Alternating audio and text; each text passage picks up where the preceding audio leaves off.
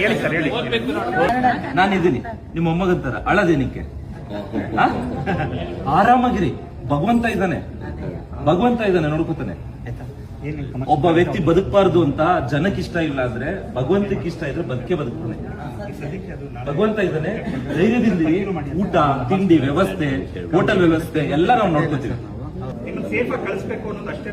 ಎಲ್ರು ನಮ್ಮ ಉದ್ದೇಶ ಏನಂದ್ರೆ ಎಲ್ರು ಇಂಡಿಯಾಗೆ, ನಮ್ಮ ತಾಯ್ನಾಡಿಗೆ, ನಮ್ಮ ಭಾರತ ದೇಶಕ್ಕೆ ವಾಪಸ್ ಹೋಗ್ಬೇಕು.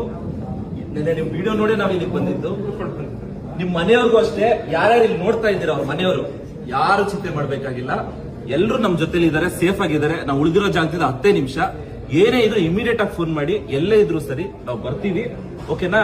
ಬೇಕಾದ್ರೆ ಇವ್ರ ಜೊತೆ ಕೂತ್ಕೋತೀವಿ, ಮಾತಾಡ್ತೀವಿ, ಕಷ್ಟ ಸುಖ ಕೇಳ್ತೀವಿ, ದಿನಪೂರ್ತಿ ಇಲ್ಲೇ ಕೂರ್ತೀವಿ. ಸೂಪರ್.